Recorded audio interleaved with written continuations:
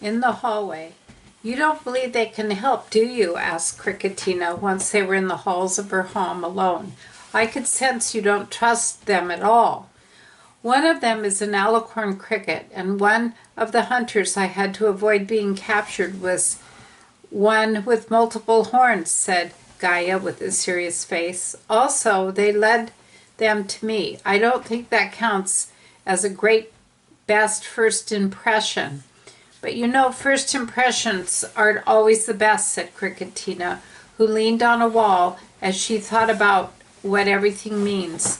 "So what if they know you're the last still free member of your species because of those 6 actions? They came to make friends with you, not to make enemies, and you know that, or at least you should. Don't you usually have that future glimpsing ability of yours on at all times?" "You know it doesn't work like that. I can't control when it kicks in, and I only get small glimpses into the future that aren't always clear," said Gaia before raising an eyebrow. "Also, why are you defending those ponies? You just met them, and like me, you don't know much about them." "I'm more open-minded than you, and I haven't been living alone for centuries after a terrible thing happened to my people," said Cricketina before blushing at something.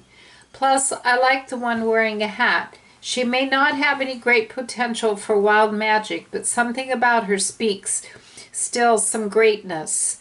Besides, no pony is an island."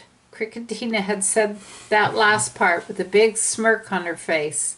About the whole training thing, how long do you think it'll take to work with those 3? asked Gaia in a very curious voice while ignoring the smirk which had gone away, but Cricketina didn't seem offended at. "If nothing else comes up in the meantime, I think I can prepare them for beginning level combat wild magic in a year," said Cricketina before letting out a yawn. "I'm heading to bed. You can have the same room you usually have, and I left everything as it was." Gaia was left in the hallway, deep in thought, as Cricketina retired to her room. While sitting in silence, Cricketina looked out of her bedroom window to look at Princess Luna's night sky. "It's been a long time since I've taken an apprentice, and I've never had a pony one before, much alone 3 or a 4th.